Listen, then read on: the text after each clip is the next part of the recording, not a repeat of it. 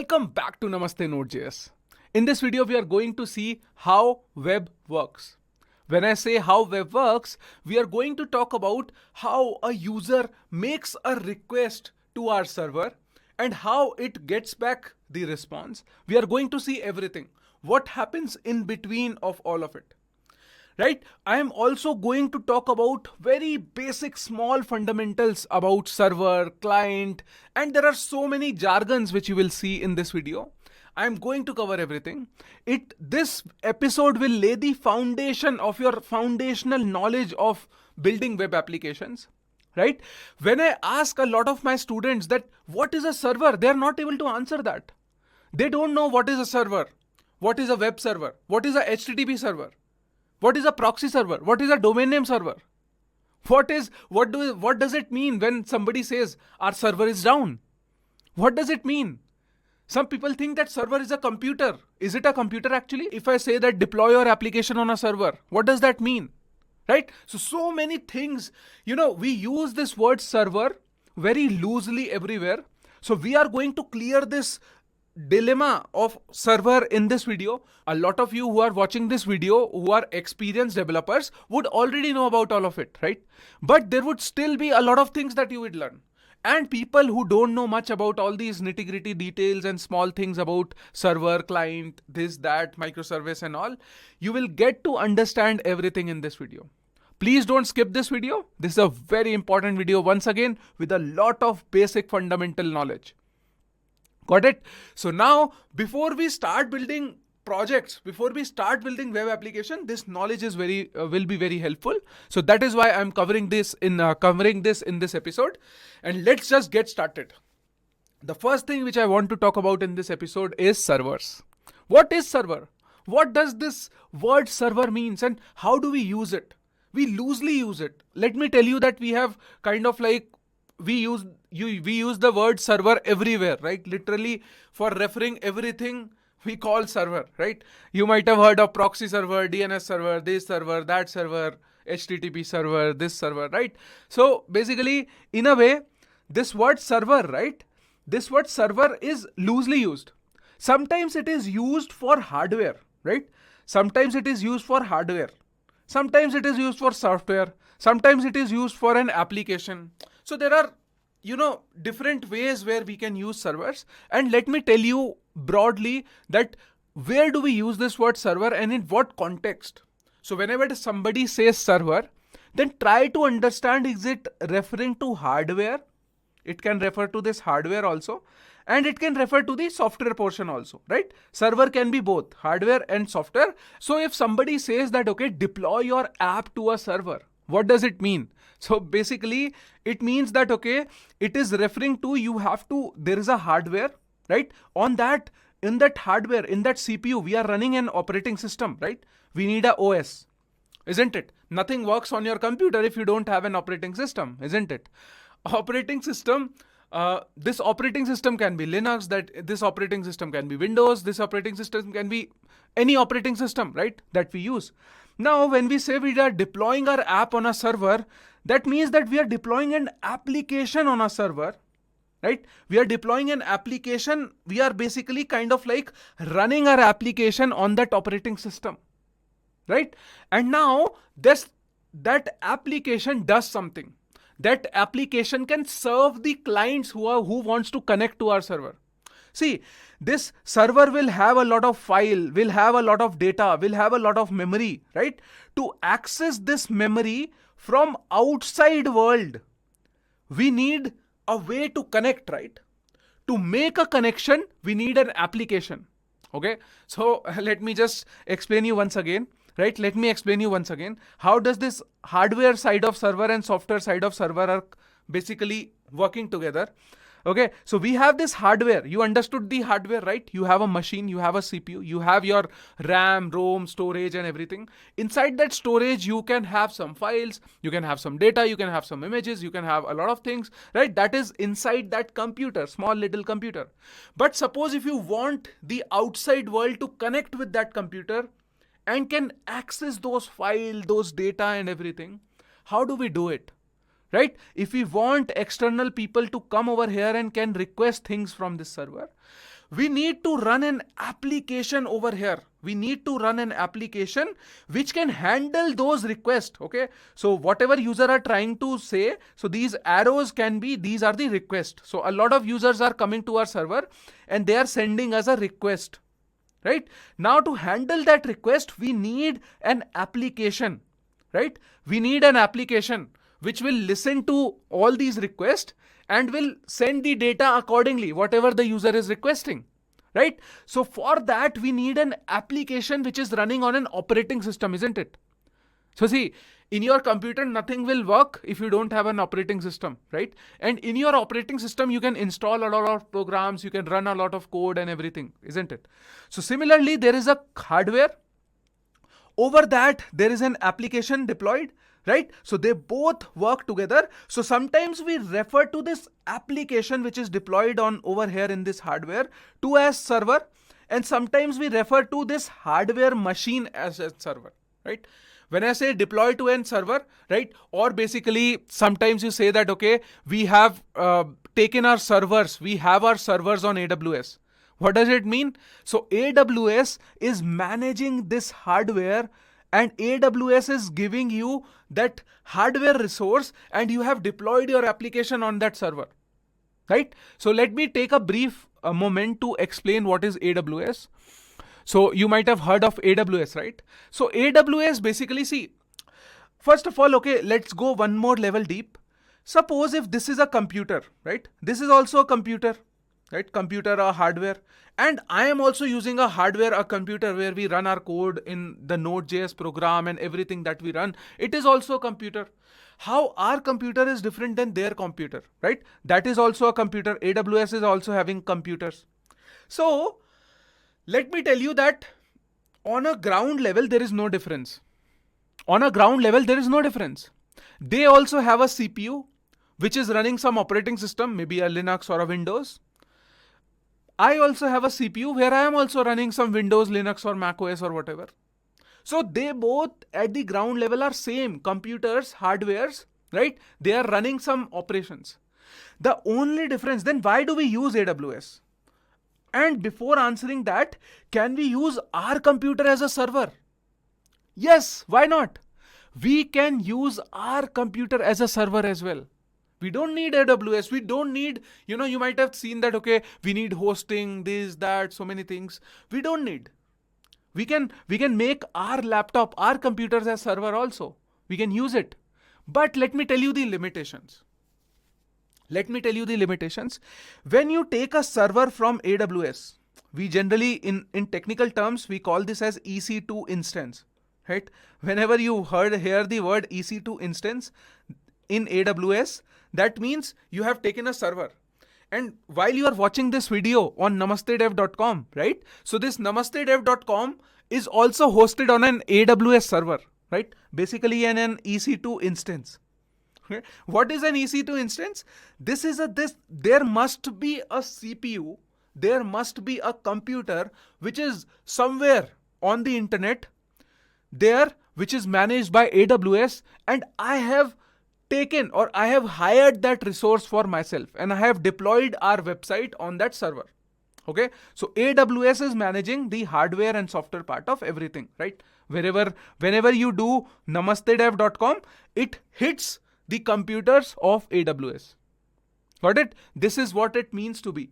But why cannot I use my own laptop, right? If I can use my own laptop, then why I am not using it? Let me tell you why. First of all, my laptop has a limited RAM, right?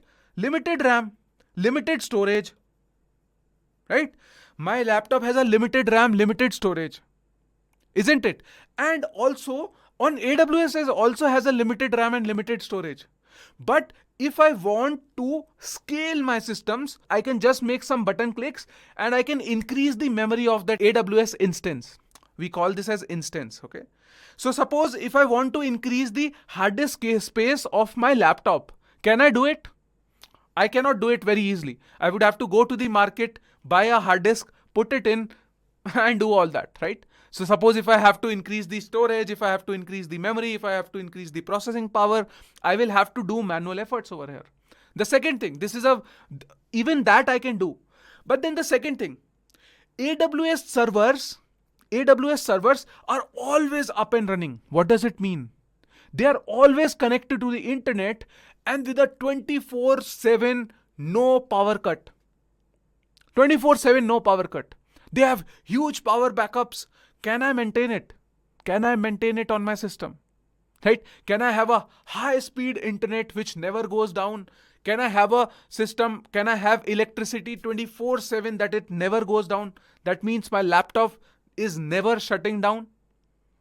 If I can do that, I can host my namastedev.com on this my laptop. Other problem with our computers and AWS computers is that we have a local internet connections which we have taken, right? If you are in India, you might be using Jio Fiber or Airtel or something like that, right? Some ISP providers, right? Some internet providers, right? Internet service provider. Now, when we use these networks, they don't guarantee you an IP, right? What do you mean by IP? Basically, see, there is an address of everything, right? Whenever you are on the internet, this computer has an address, right? IP address. Basically, this network has an IP address where I am connected to. Similarly, this IP address is not dedicated, right? Basically, it's not reserved for your computer. Your IP can change. But over there, when we take a machine on AWS computers, my IP remains the same. It's a dedicated IP. And there are a lot more things, right? You don't have to take care of power outage and all of this. So to remove all this stress, to remove all this headache, we offload everything to AWS servers. So whenever somebody says that, okay, I have taken a AWS server or a instance, AWS instance, that means I have taken a computer, right? And AWS has a big data center. You can think of a data center as a big room where you have so many computers. You might have seen data centers, right? If you don't, just Google data center and you will get the photos, actual photos. There are so many high-speed computers, right? With high-speed internet connections, with high memory and never going down, no power outage, and they manage it very well. Suppose even if they have a power outage, they have backups, right? And it is not in one region. There are multiple regions. Some computers would be there in Mumbai. Some computer there would be there in different parts of the world also. Okay. So if I take an example, so we have hired a server from AWS and we have our servers, right? Basically what Namaste Dev is using, we have our servers in Mumbai location of AWS. Got it? This is a server. And now, right, you will also hear that, okay, we are making a connection request. We are creating a server using Node, right? So this was the hardware part, what I talked about. Now, if I come to software part, you might have heard of that we are using Node to create a web server. What does it mean by that? We are creating a HTTP server using Node, right? You will hear this word. I am creating a HTTP server using Node. What does it mean? So basically that means that I am creating an application, that server application, which handles the user request. So suppose if a user is requesting some resources, right? So that application is also called server sometimes. So you have to understand that in which context people are talking about servers, and that is when you would understand that what server they are referring to. Is it the hardware or the software portion?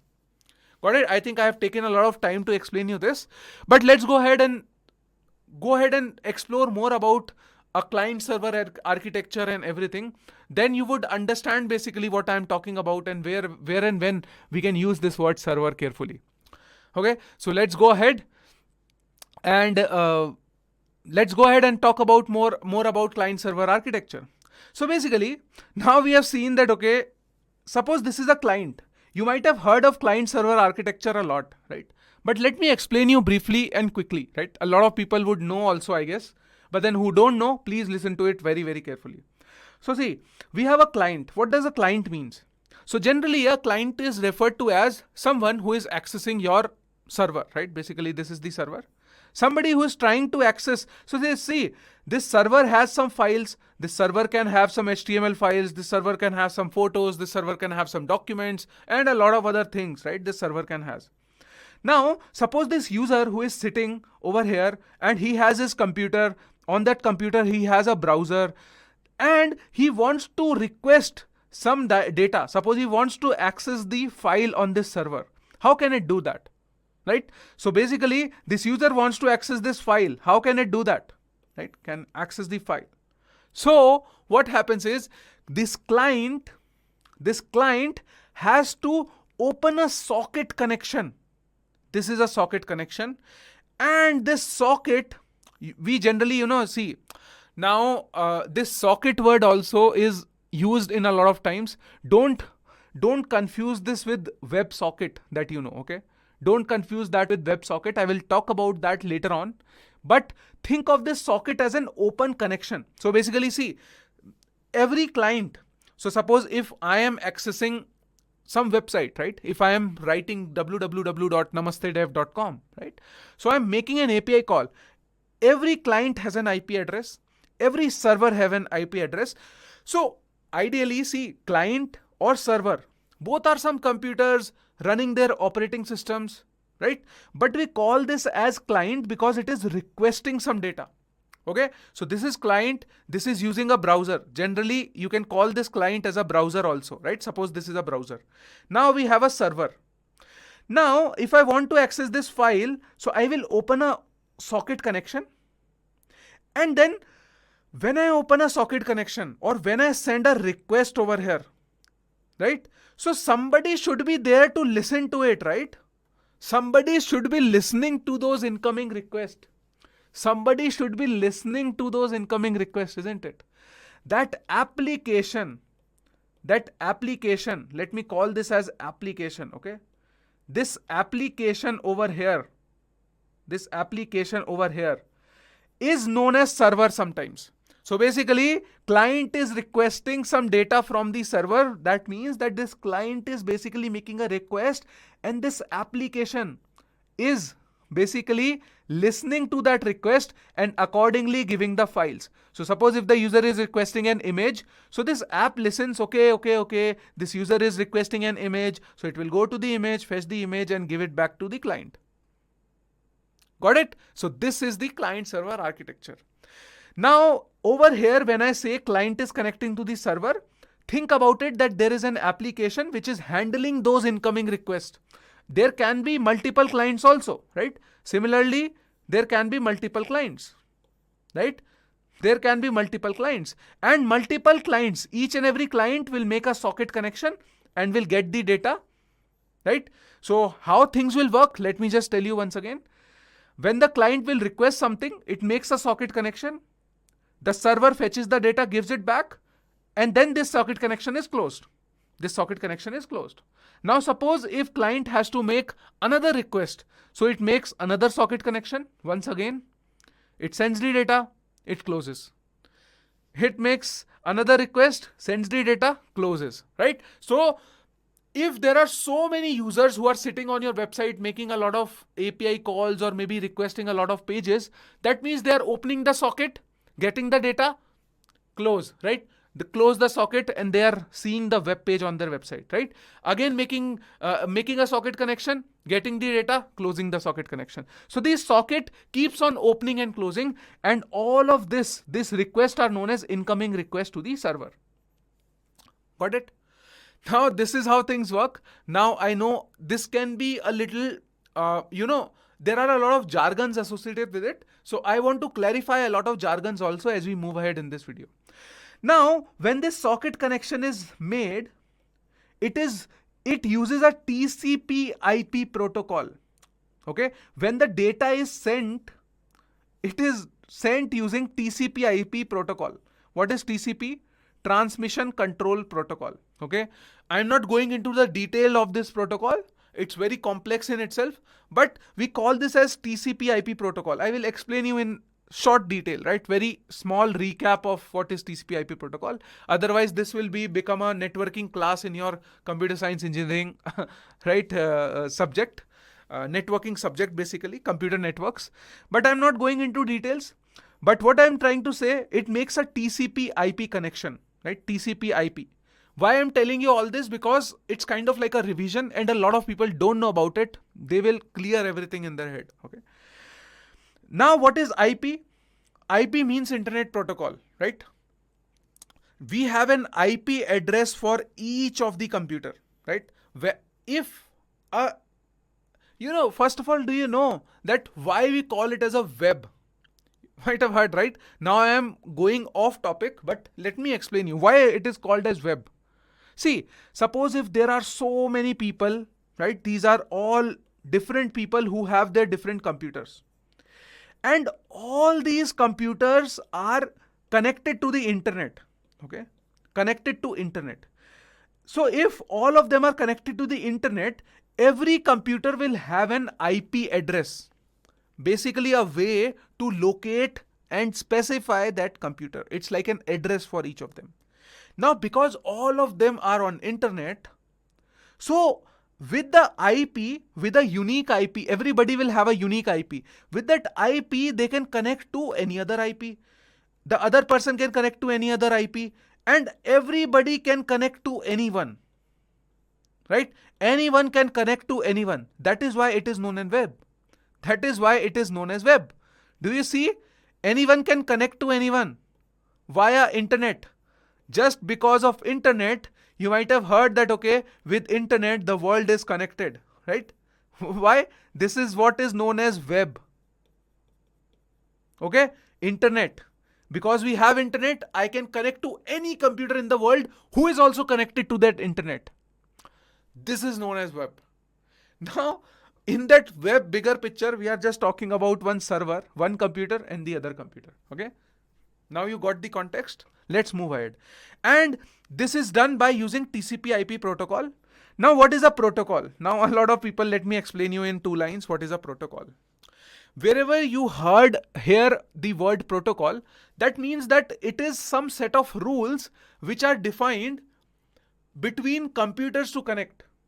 Suppose if one computer wants to talk to other computer, so they talk a similar language. That is known as computer protocol. Okay, you think about it. Suppose if I speak Hindi, okay, मैं हिंदी बोल लेता हूँ, but Hindi उसी को समझ में आएगी जिसको हिंदी आती हो, right? That means I can speak Hindi, but Hindi the person, if you don't understand Hindi, then how would you communicate with me, right? So we have come to a common ground.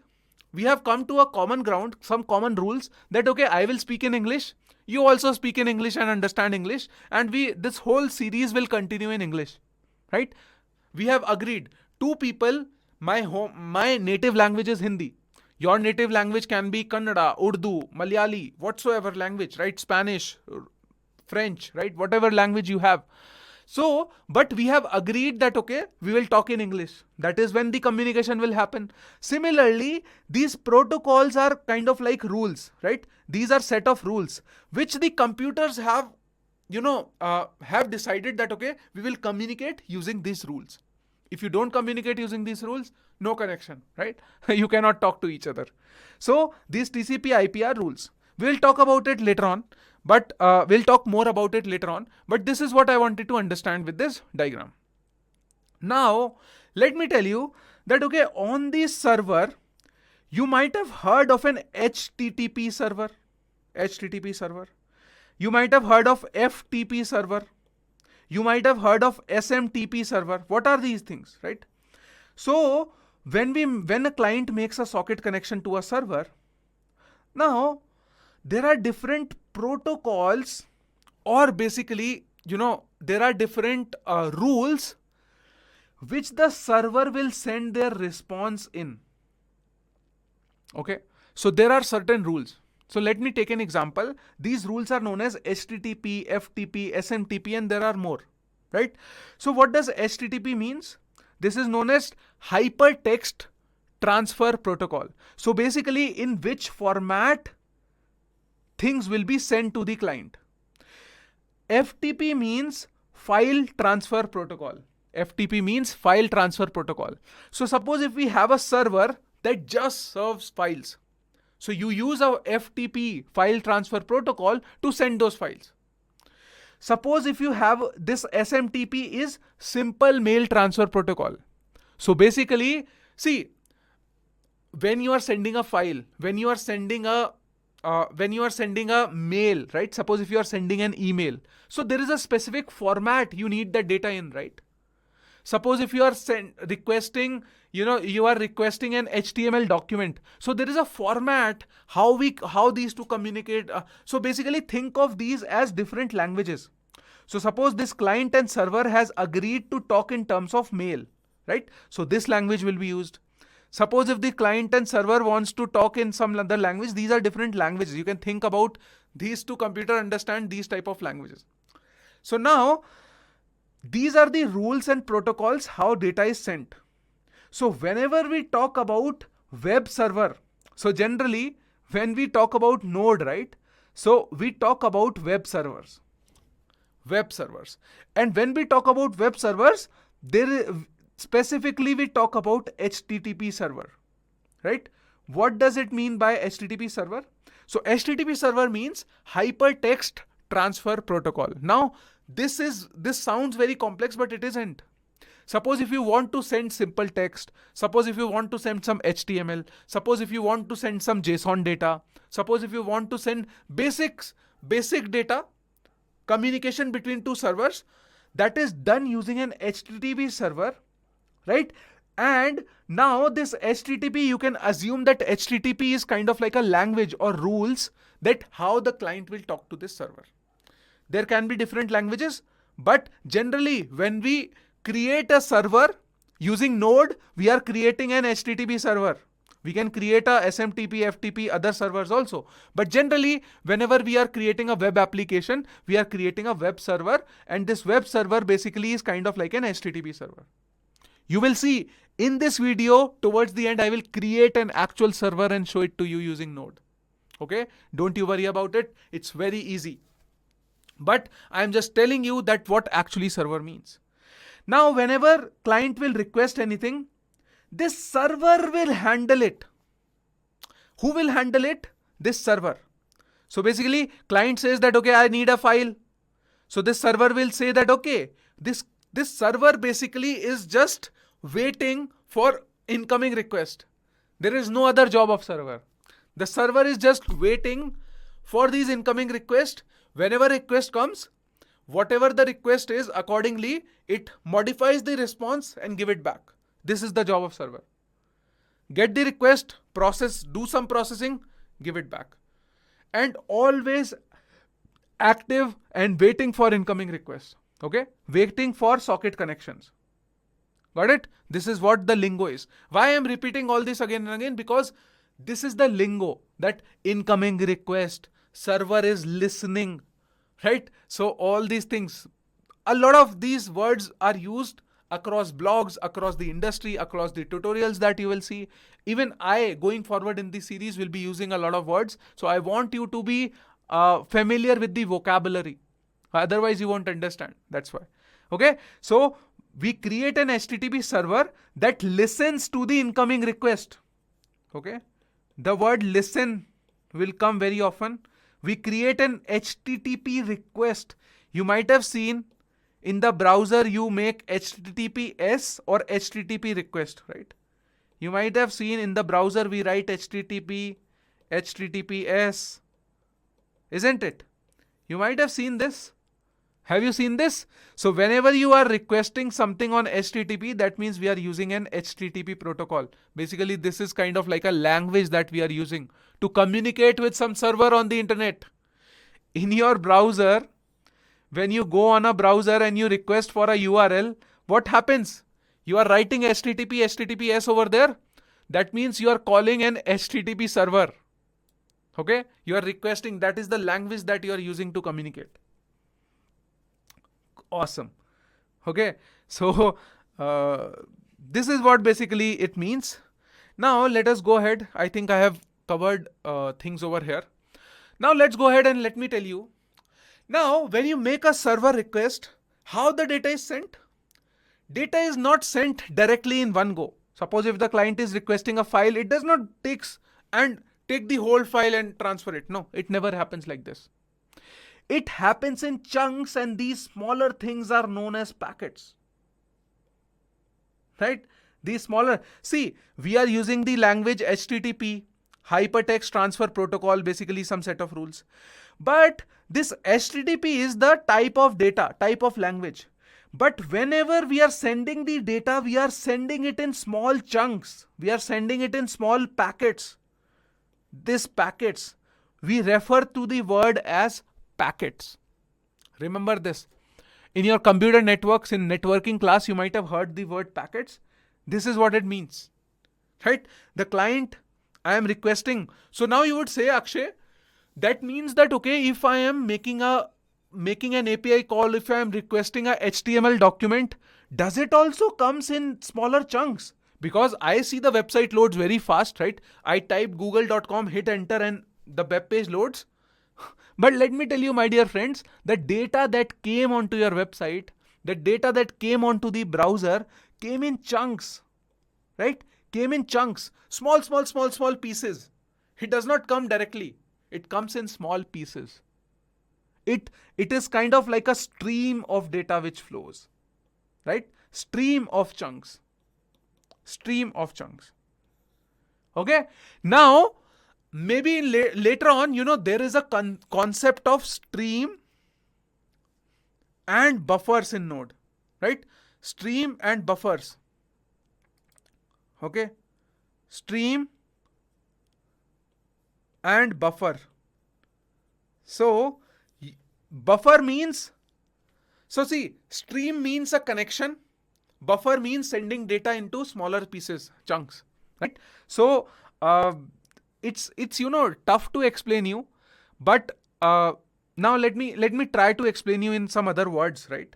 So, according to the TCP/IP protocol, TCP/IP protocol says, now you might be confused between TCP/IP protocol and this HTTP and all these things, right? HTTP, FTP, SMTP. Now let me tell you that the language that client and server will speak is defined by HTTP or FMTP, FTP or SMTP, right? That is languages. TCP/IP protocol is the protocol of sending the data over an IP, right? When two IPs communicate, that is why it is known as TCP/IP protocol. When one IP and two IP are requesting data, when the data is being transferred, right? So it is sent in packets. This is controlled by TCP/IP, right? Transmission Control Protocol. The data transmission is controlled by it, and it is done in packets. This is what is recap. Now, inside the Node.js, there might be, so suppose this is Node.js running over here. So we have to write some code to send this data, right? So inside Node.js, there is a concept of stream and buffers, right? If you have time, go Google it and read about it more. If I get time, I can also make a video on it, but it will go very deep, right? I mean, there is a concept of stream, buffer, event emitter, event listener, and a lot of things. Right? I might make a video on it, maybe, but then it's very internal, right? It's very internal to Node. It's not something that we use on a daily basis, right? It's abstracted from us. It's inside the depth and code of Node.js, right? If you'll see and go read the code of Node.js, you will see that, okay, when you send a data, we will write just one line and data will be sent, right? Whatever I am explaining to you, this is just an internal architecture. We will just write few lines, right? We can do all of this in just 2-3 lines. Everything of this will happen behind the scenes. Okay, so you don't have to worry much about it, but I'm just telling you, suppose if you go to some blogs on the internet, read some articles, and you would find the word streams, buffer, or packets, or TCP/IP, or HTTP server, you don't get confused over what I'm talking about or what those blogs and articles are talking about. Okay, so that is why I'm giving you all this knowledge. So now let's move ahead. We understood TCP/IP protocol sends data in packets. There is an HTTP server who is listening to the incoming request, and there is a socket connection which is being made between the client and the server. Cool. Let's go ahead. Now, let me tell you, you might think that, okay, Akshay, We don't generally communicate with using IPs, right? We don't generally communicate using IPs. We communicate using domain name, right? We generally, whenever we make an request, we make the request to www.namastedev.com. When you have come over here and you are watching this video, you are watching it on namastedev.com, or you are watching some video on youtube.com. You are not talking to an IP. So at the end of the day, everything maps to an IP, right? At the end of the day, everything maps to an IP. Got it? So you can consider this as, see, one address is verbal address. So suppose if I say that, okay, I live in Dehradun, right? I live in this and this street, this and this lane, this is this, my house number is this is the lane, this is the place, this is the city, this is the state. This is my verbal address, right? Which you understand, I understand. But one more address is your geolocation, right? Kind of like a coordinates, right? Kind of like latitude and longitude coordinates. So think of this IP as your latitude and longitude coordinates, and this is as your verbal address. So basically, for us humans, see, computers can understand IP very well, remember IPs very well. But we as humans don't understand these IPs all, right? We will be very confused. Just like we are confused with phone numbers, right? We don't remember phone numbers anyways. We have to save it with the name of somebody else, isn't it? Similarly, we basically save these. So we basically request the URL www.namastedev.com. But before making an API call to namastedev.com, internally, when you are requesting a website from the browser, it makes a call to DNS server. DNS server. What is now DNS server? DNS server means domain name servers. So basically, kind of like a mapping between IP and your domain name. So this is your domain name. This is known as a domain name. You purchase a domain name, right? Just like we have purchased namastedev.com, and we also have a IP, right? So we have this domain name, a label, right? This label. So DNS server manages the mapping between this domain name and IP. Now, there is a lot more complicated things happen inside this DNS server. I am not talking about it, right? Because see, this DNS server also reads this request one by one. First of all, it will read, okay, it is www. Oh my God, this is www. That means World Wide Web. Then it will request, okay, this is Namaste Dev. Okay, Namaste Dev. And then it will parse, okay, it is .com. See, namastedev.in can be very different. Namastedev.co.in can be very different. Namastedev.uk can be very different. Namastedev.io can be very different. So similarly, it reads it one by one and then resolves the IP. It gives the IP mapping. Now, when we have get the IP, then we request to this IP. Okay. So whenever you are in your browser, you are typing www.namastedev.com. Behind the scenes, there is a call which is being made to DNS server. That DNS server is giving back the IP. Now that IP call is made. Internally, behind the scenes, everything is done. Okay, you don't get to know. You as the user of a website does not know anything behind the scenes what happens, right? But all this is happening, my dear friends. When you request the IP, it goes to our server, namastedev.com server. There is an HTTP server who is handling your request. That HTTP server now gets the video and gives back the video. And that video that you are seeing it's coming in chunks. It's not coming in one go. It is coming in chunks. Got it? So, and there is a stream of data which is being transferred. In the stream, there are buffers. And that is why you might have heard of the word buffering. Have you heard video is buffering? That is what it means. Got it?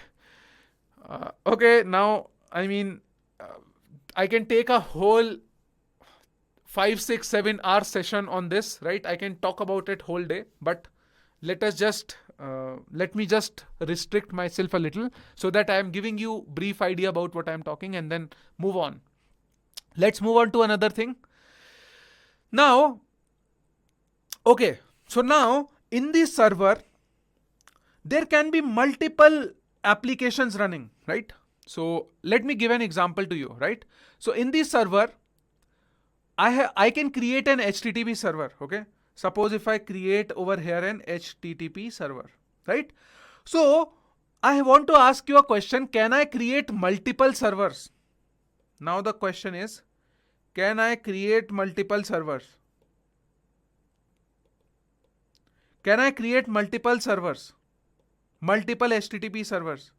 Now why I am using the word HTTP servers? Because see, one server can be your hardware also. When I say I am creating multiple servers, that does not mean I am creating new hardwares, okay? Now you understood, right? I am talking in a context. I am creating a HTTP server. That means I am creating a application. Can I create multiple application? Can I create multiple application on the same server? This is the question. Tell me, can I create multiple servers? Just like we have this one server over here, right? This server is handling the request which the users are sending.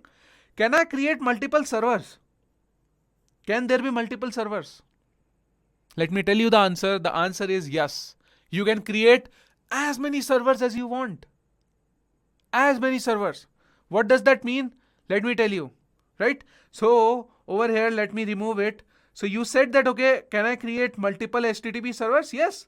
You can create one HTTP server. HTTP server. You can create another HTTP server also. Now, suppose if the user is requesting something. Suppose if the users are requesting something. How do we get to know that which server should it go to? Which basically application at the end of the day? Which application? So when I say creating a node HTTP server, that means that I am creating two different node applications. Two different node applications are running. Two different node HTTP servers are running. Okay. So how do we know that we have to go to this HTTP server or this HTTP server? So that is defined by port. Now what is a port? Port is a number. 4-digit number, right? So we can say that, okay, this HTTP server uses the port, let's say 1010. Okay, I'm just taking a random 4-digit code. Now this HTTP server uses the port 3000. Port 3000. So suppose if I say that, okay, I am requesting this IP, the server's IP is this, right? I am requesting 102.209.1.3 and then colon. You might have seen if we write colon over here, and if I say 3000. So this IP plus port will tell me that I am referring to this HTTP server. So, and what does it mean at the end of the day? At the end of the day, there is a computer. On that there is an operating system. On that operating system, I have multiple applications running in. There can be one application, there can be another application, there can be multiple applications, there can be multiple node HTTP servers also running at the same time. There can be multiple other applications also running. So suppose there is a mail application running, there is a file application running. Got it? There can be multiple small servers inside the whole computer.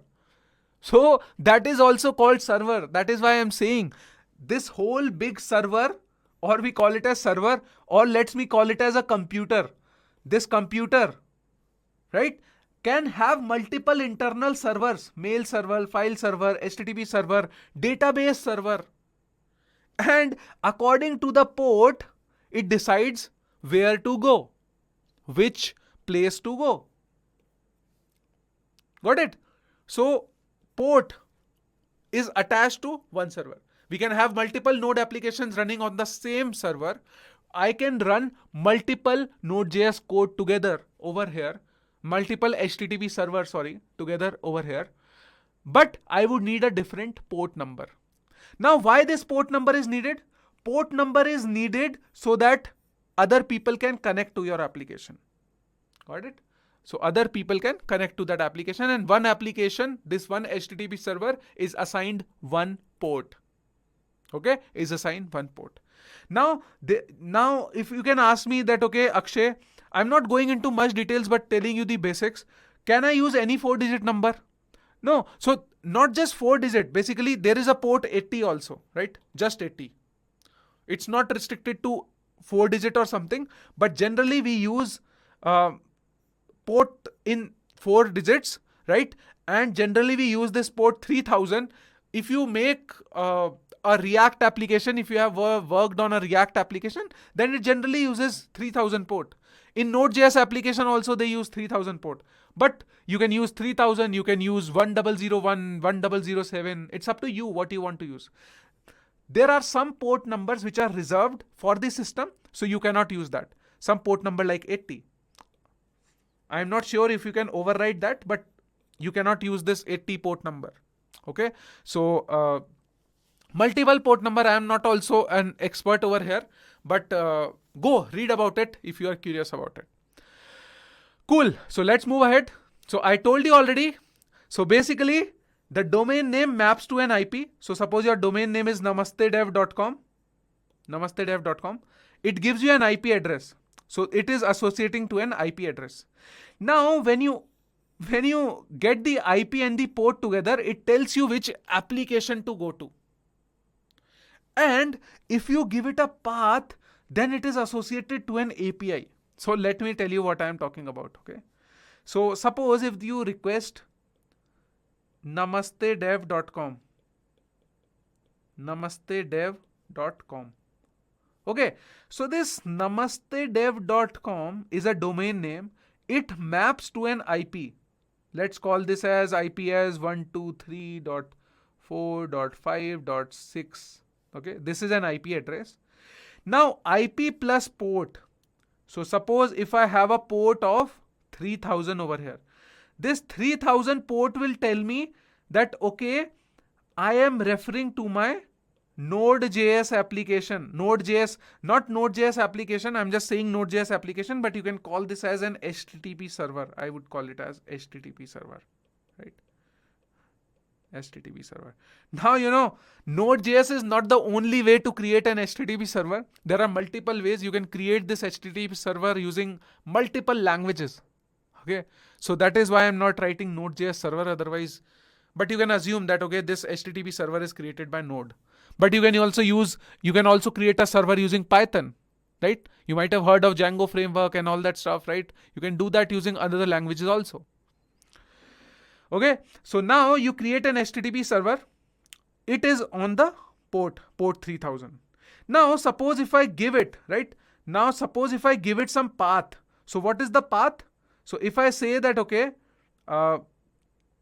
this path is slash.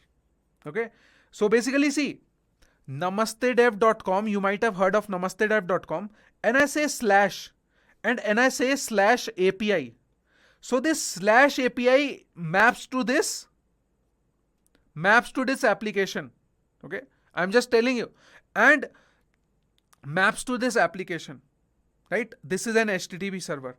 Now, if I say API slash, I say get user info. This is my path. This path will decide that inside my server, what code will run.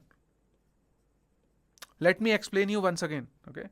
So whenever there is a domain name namastedev.com, it has an IP.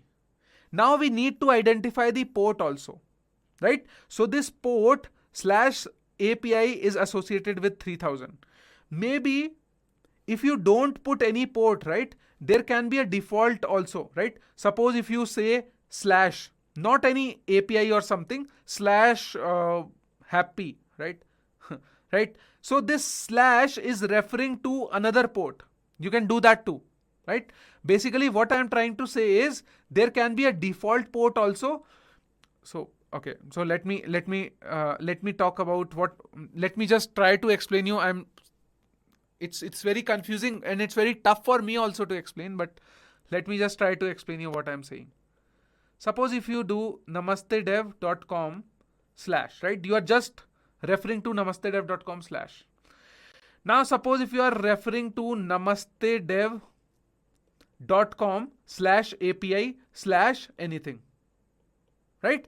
So you can write logic to map this namastedev.com slash API to port 3000. Right? So if in the URL you find slash API, you will refer to 3000. If suppose you are not putting anything, you are referring to just the path, then you can map this to some other port, right? You can map it to other ports also. I will show it to you in a while, don't you worry, right? Don't you worry about it. I will show it to you all these demos. But assume that, okay, you map, okay, so let me give an example also. Okay, I have a good example for you. So I have a good example. Okay, I have a good example. Suppose in your server, you have a React application. What do you mean by React application? A front-end application which gives you back the HTML and the website, right? There is a Node application, right?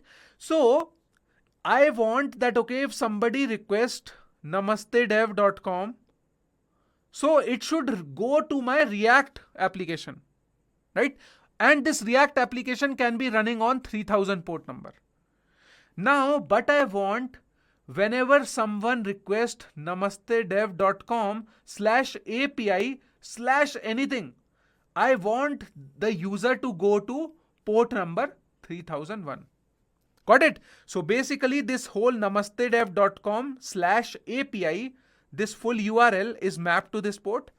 Over here, namastedev.com slash is mapped to this port.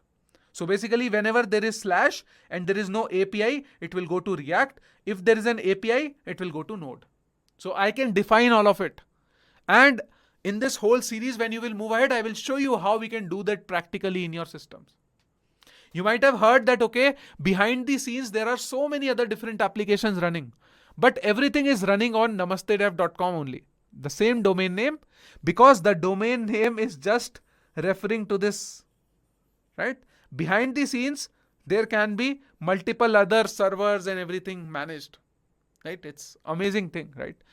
And there is a concept of load balancer and a lot of things. I'm not going into all that details, but it comes into the system design part of it. So I'm not covering system design. I'm just covering Node, but still I wanted to give you some more information about all of it.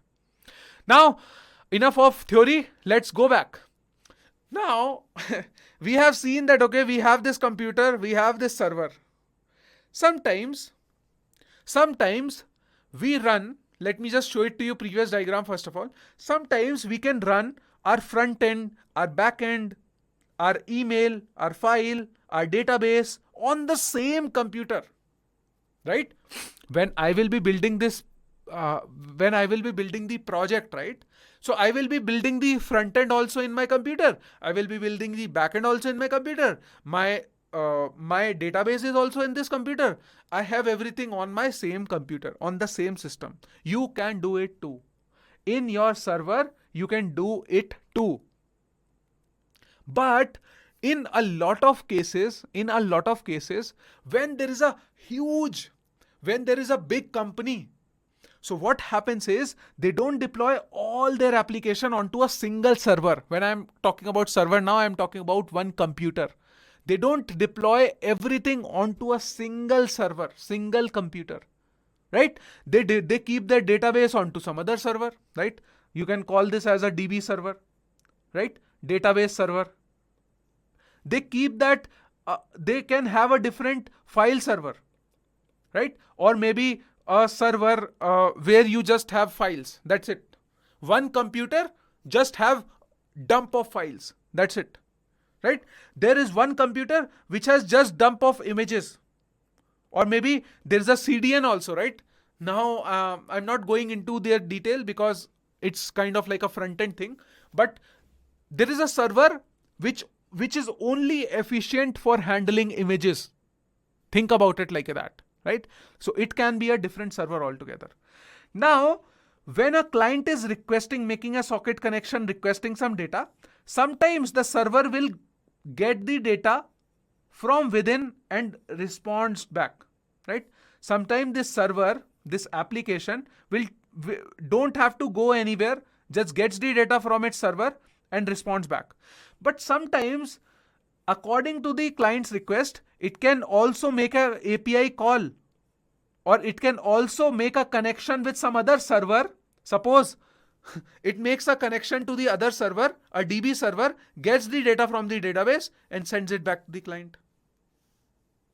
Got it? So this is also an architecture portion. So this server can talk to other servers as well. Because it's all web, right? I told you, right? Multiple computers can talk to each other. Isn't it? Through protocols and rules, right? Which are defined by the web. Got it? So this is how things work. Now, let me tell you the example of Namaste Dev server. When you go to namastedev.com, it is served by a server which we have got from AWS, right? The website that you see, that you are visiting this website, browsing this course on namastedev.com website, this is served by a server. The front end is on the same server. The Node.js application, the API that are getting the data is also on the same server. But our database is on some other server. Okay. We have not kept our database and our Node.js application on the same server. No. We have our front-end application and our back-end application on the same server. The namastedev.com that you browse and the namastedev.com/API that you host is coming from one server. Our database is on another server. Now this database server is very efficient. It takes the backup of database. We basically take the backup of database regularly, right? This database server is very powerful and is managing just the database. It's very fast, right? If we will keep everything, if I keep the database, front end, back end, everything on same server, then it becomes a problem, right? Now I'm not going into details of what problem and all of that, but we have not kept it, right? The architecture of Namaste Dev, see, I am giving you the real world examples, right? This is what is happening when you are browsing the website, right? When you are browsing this videos course, Namaste Node.js course. In this namastedev.com, our front end and back end are running on the same server, on the same machine. Now our database is on some other server, right? It is efficient.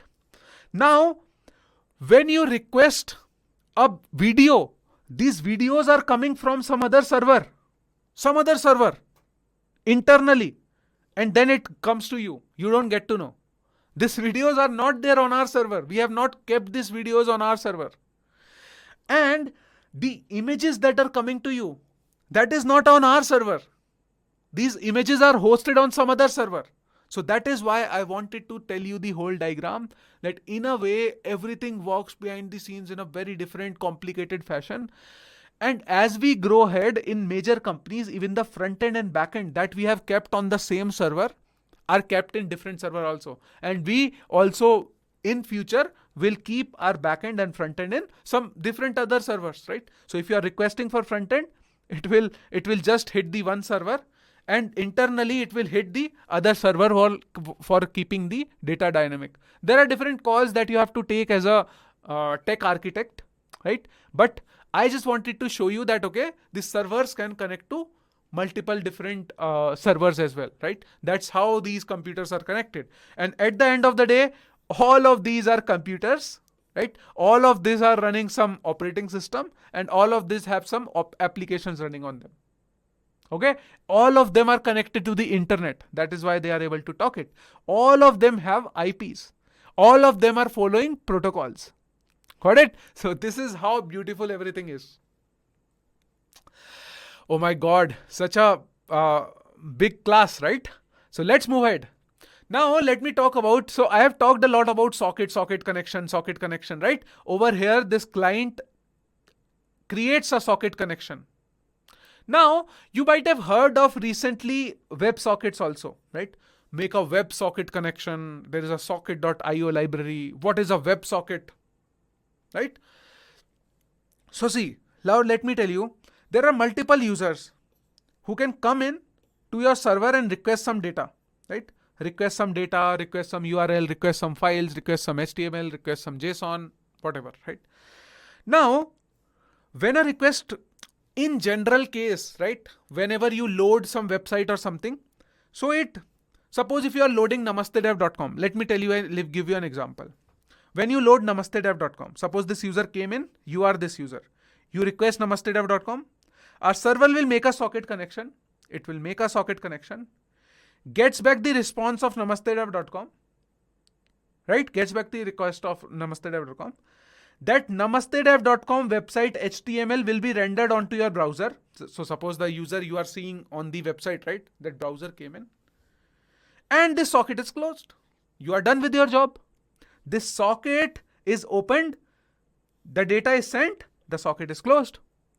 Now suppose after some time you went to some other episode of the series, right? If you go to some other page, now you have to make another request to the server. Now suppose if you go to some other page, suppose if you go to blog, right? So now you again open a socket, you get the data back, you close the socket. So what happens is, suppose so many people are coming, they are opening a socket, getting the data back, closing the socket. Opening the socket, getting the data back, closing the socket. And it is happening parallelly. A lot of requests are coming in. And all this is being handled by our HTTP server. Got it? WebSocket is a new concept, right? It has a confusing name. But WebSocket is a socket that means that, okay, if the user has made a connection, now you have made a connection and this connection stays for a longer time. It just stays over there. And it is not closing actually automatically. Right? So, and till the connection is closed, right? Till the connection is made, right? If the connection is made, this connection is not closed between the client and the server, right? Until there are ways to close it, right? But it holds over there, right? It holds over there till the whole data. And now a client can send the data, a server can send the data back, and there can be a two-way communication that can happen between this socket. It is more persistent socket, right? Which is opened for a long time. But in general case, in general websites that you visit, we are talking about the basic socket, right? The socket that you see over here is a basic socket. If you are making a request, it opens a socket, gets the data, closes the socket. Because see, opening a web socket consumes a lot of resources also, right? And the server also has a capacity.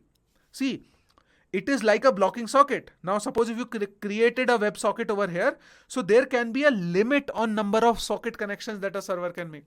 You cannot just keep making socket connection and you can leave them open, right? Suppose if there are 4 users, 4 socket connections are open, right? 4 web sockets are open. So it is a tough job for our computers also. If it is a tough job for our server. But suppose if a user came in, it gets the data back, closes the socket. So now it can open multiple socket together.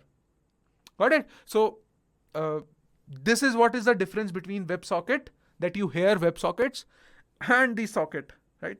So now there are different use cases and all of it, right? I'm not covering over here right now when to use WebSocket and all that stuff. But generally when you make API calls, you are just talking about this basic socket, right? Okay. Now let me just revise everything. Whatever I told you in this video, I have broken it down into smaller pieces and told you, right?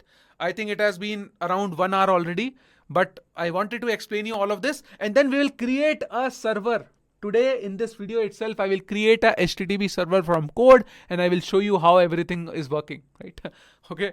So what happens is, suppose if the client makes a request to namastedev.com, a DNS is resolved and IP is come. Now this socket connection is established.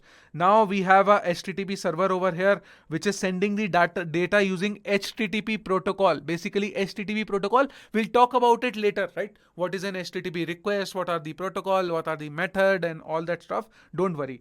But we are also on a TCP protocol, so the transmission control protocol, which means that the data will be sent in packets, in small chunks, not all together. And while sending the response, the server might also talk to other servers which are connected over the internet. Got it? So you would have understood this whole diagram.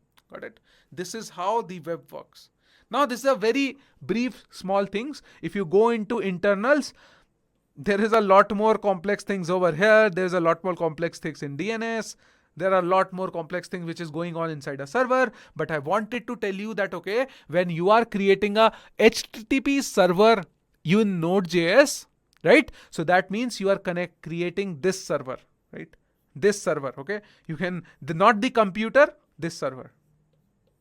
Got it? This server. Now, whenever you are making whenever you have your incoming request, so this server, the software, the application, at the application level will handle all those requests. It will take those requests and it will give the data back. This is what is server, HTTP server. So ever I use the word HTTP or server, we have created a server using Node.js. That means that I am creating this HTTPS server, not the machine. So this server basically is kind of like a machine, right? So that's it. Cool. So I have explained you, I think, if you give me $1 for every time I have used the word server in this video, then I would be a millionaire, isn't it? Okay. So let's go back and let's go back to our code and let me just create a server for you. Now, whatever I have told you over here, right? This all looks very complicated. But let me just create a server and show it to you over here, right? That listens to the incoming requests. Okay? This word listen is very important, right? Because you will hear this word a lot, right? So, okay. Cool. So let's create a server. So how do you create a server? Node.js is very beautiful, my dear friends. Have you fallen in love with Node.js or not? Not yet. You will fall in love. Don't worry. Keep watching these videos. Okay. So Node.js has a module. That module is known as HTTP. Okay. So I told you, right? Node.js has some modules, right? Important modules. Okay. Node.js modules. And there is a HTTP module. Let me directly go to HTTP module. Okay. Let's go to the official Node documentation. If you'll go over here, you will find on the left hand side, you will have a HTTP. Where is HTTP? There must be some. Yes, here is where HTTP. Okay, so this is the HTTP module, right? Now, this HTTP module gives us access to a function. If you will search over here, there is a function which is known as create server. Okay, so if you'll see create server. Yep, this is here, right? This is the HTTP create server, right? If you'll go over here, so this is how you can create a server. Okay, so Node.js allows you using this module to create a server, HTTP server. Once I create a server, now I can listen to incoming request. So suppose if somebody comes over here and asks me, give Akshay data to me, right? I can do that. I can do all of it. Okay, so now let me just show you how to use it. So first of all, we will import the module. How do you import the module? Hope you remember this. HTTP is equals to require HTTP. Require require, require, and then over here HTTP. Okay. So we have our HTTP module over here. Now you can, if it is a core module, this is a core module of Node.js. So you can also write node or colon HTTP, or you can directly write HTTP. It is one and the same thing. Okay. So why I am telling you all this? Because if you read it somewhere, don't get afraid. I want my students to know everything. Okay. So you can write node colon HTTP, or you can just write HTTP. It is one and the same thing. Got it? Because it is a native module. All these modules that you see over here in the left hand side, you can just directly access it without using node. Without using node, or you can just use node like this. Okay, so it's if you use this is good convention. It tells people that okay, it's a Node.js core module. But anyways, you would know it, right? Now what I will do, I will create a server, right? http.create server. Okay. So now create server. When you call this method create server on top of it, now this method gives you back a server, right? A instance of a server. Okay. So a instance of a server. I will tell you what is an instance. So basically you can assume that, okay, there is a class and then you create a so basically you create an object, right? You create an object of that class, right? That means it's of that, the type of that object is that class. Okay. So similarly you can create a instance of this server. So when I say a server is equals to http.create server, so basically this http module is creating a server. So now when I say creating a server, that means it is creating an application over here, this application, which can now listen to the request. Okay, which can listen to the request. So right now with this command, I am just creating this server, okay, which is able to listen to the request. Okay, so we have created this server. Now I will have to do server.listen, right? I told you, right? Server.listen. And inside that, I will have to pass the port number on what port I need to call in, right? So the port number can be, what port number do you want to use? Let's use 7777, okay? Because why not? 7 is my lucky number, right? 7 is my date of birth. And Thala for a reason, isn't it? Right? So let's use this port number. You can use anything you want to. You can use 3000, 3001, 4000, 5000, whatever you want to. I am using this port number. Now, when I do this line, now my server is ready to listen to the incoming request. Right? When I do all of it, now when I will run this code, my server is created, my dear friends. That's all the code we need to write to create this server, which can handle millions of requests. Yes, that's all we need to do. We have created a server. Now our application is ready and it can handle multiple requests at a time. Okay, so let's create it. Now, this is how you create it. Now, how to handle the logic? Suppose if somebody is requesting some URL, right? Home page or some data or something, right? So how would you handle that? That we can handle inside a function. Over here, you can create a function, and that function takes two parameters, request and a response. Okay. Now, this means request. This means response. These are two objects, right? These are two objects which have multiple methods and properties that we can use accordingly.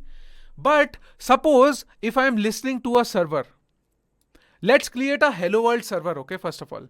So whosoever comes to us, all the users who are coming to our server, I want to just send them a hello world. Okay, that's it. My server will always respond with an hello world. Okay, that is what we can make. Okay, so whosoever is coming to our server, I want to reply to them, right? I want to reply to them with a hello world. Okay, so how do you do that? So for that, I have to create a response. So this response, res response, and on that response, you have a method which is known as end. Okay, you have a method end. So response.end means I am sending the data back, right? I am sending, this is the end of the response. Okay, so in real world, what happens is in the response, you get some data, you append some data, then in the response, you can do some more things. You can modify the headers, you can modify the body, you can modify whatever you can write some logic. And then at the end, when you want that data to be sent back to the user. So there is a client. Suppose if there is a client who is coming to your server, who is making a connection request to your server, right? So this method will basically close that connection, or basically replies to that request. Okay, replies to that request. So you do this, and inside it you can pass in something. Okay, I'm just passing in plain text. We are on a HTTP protocol, right? We can just send plain text also back. So what is the plain text? What is the plain text?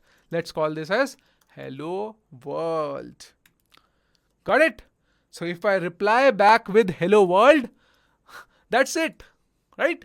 Now I can actually run this code and create our server. Are you excited? Let me do that, okay? How do you do that? How do you run a node application? How do you run a node code? This server.js, you just run node server.js.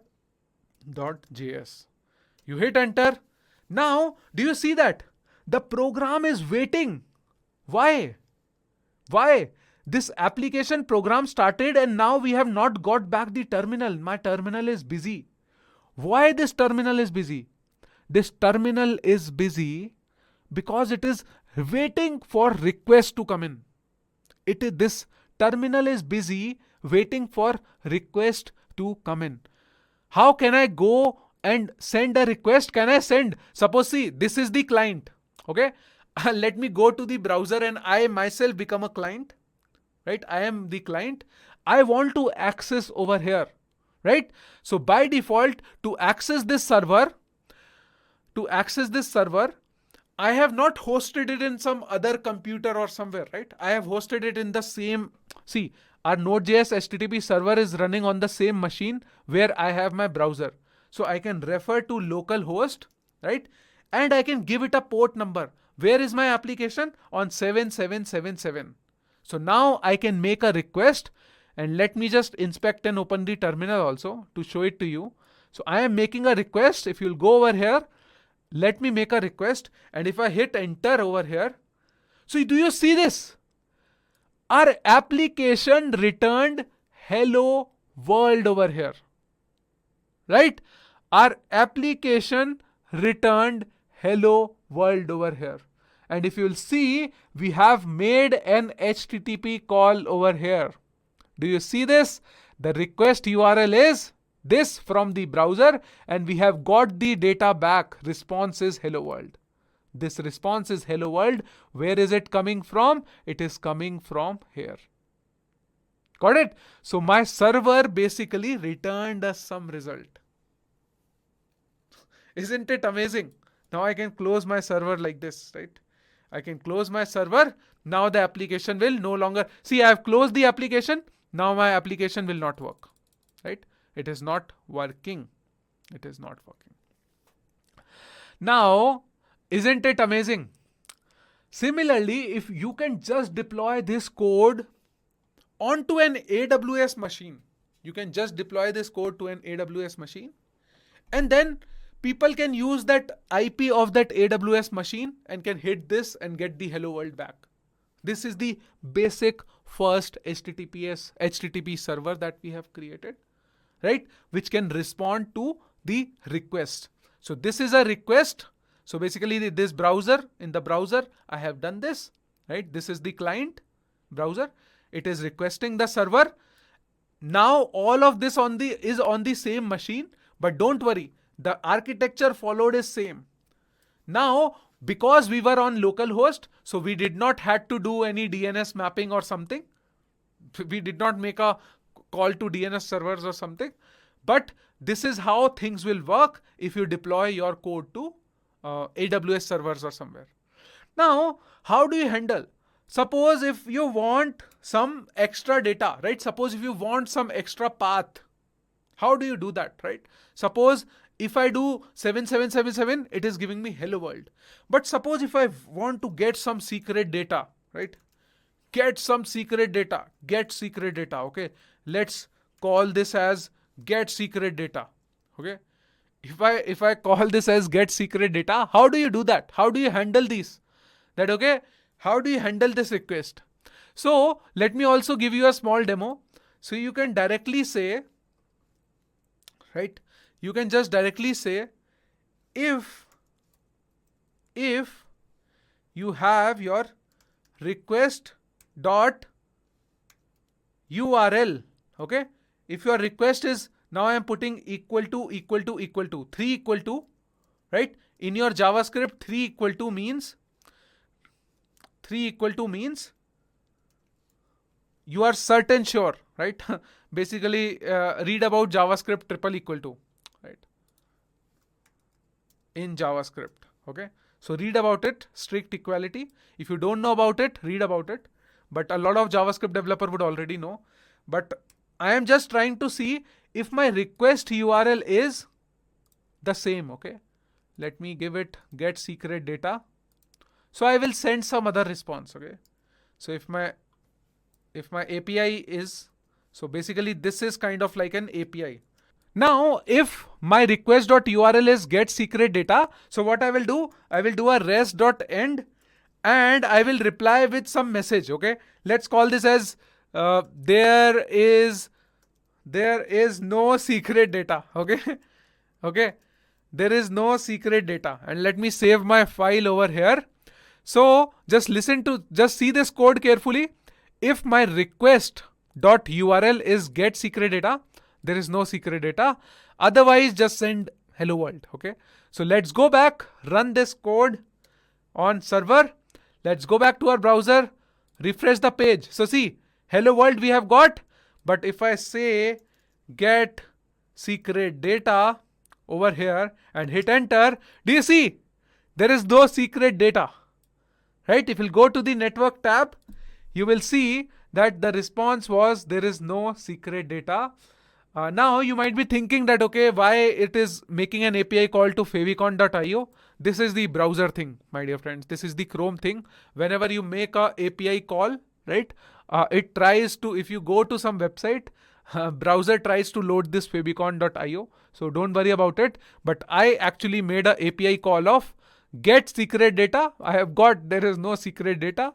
If I go to 7777, it gives me back hello world. Okay, so that's how things are. Now, we have created our server and only just a few lines over here is creating our own HTTP server.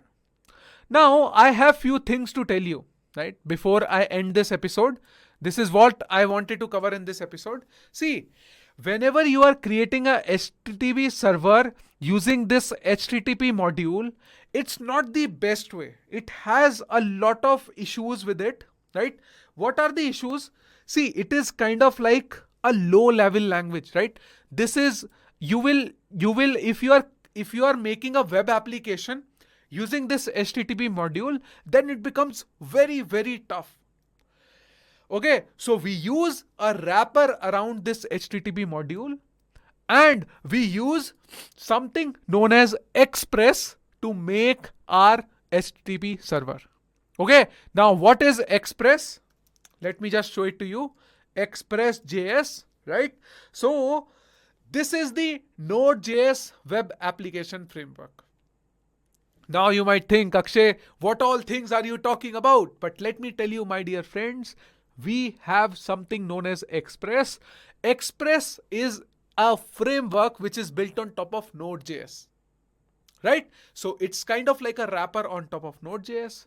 Now, most of the time, see, Node.js is very powerful. It is like using JavaScript on servers. But most of the times, whenever we are using Node.js, we are talking about web servers. We are talking about building web applications. This is what we'll study in this course also. And to create our HTTP server, this was just one way.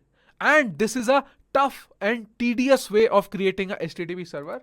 If you try to build a full-fledged big application using this HTTP module and a lot of things, it becomes very tough to handle routing and all.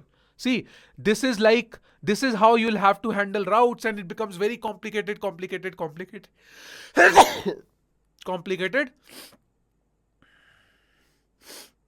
Sorry, my dear friends. It becomes very, very complicated. Now, to handle that complications, there is something known as Express servers. And most of the people that you will find on the internet along with Node, so Node.js's core uses Express. You might have heard of MERN-stack, right? Have you heard of MERN-stack? Right? MERN-stack. Have you heard of MERN-stack? Isn't it? You might have heard of MERN-stack. What is MERN-stack? React. This is Node. Right? This is Express. And this is MongoDB. right? We know about React. React is for front end.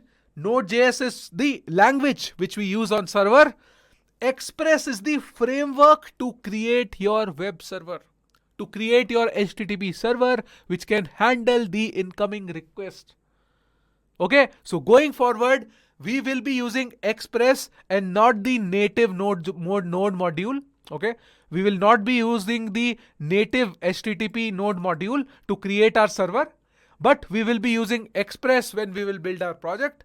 That is why I wanted to show you this, and we will talk more about Express when we go and create servers using Express. But it is very easy and it's very amazing, right? And it is, you just see this fast, unopinionated, minimalist web framework for Node.js. So if you're building web applications, then use Express.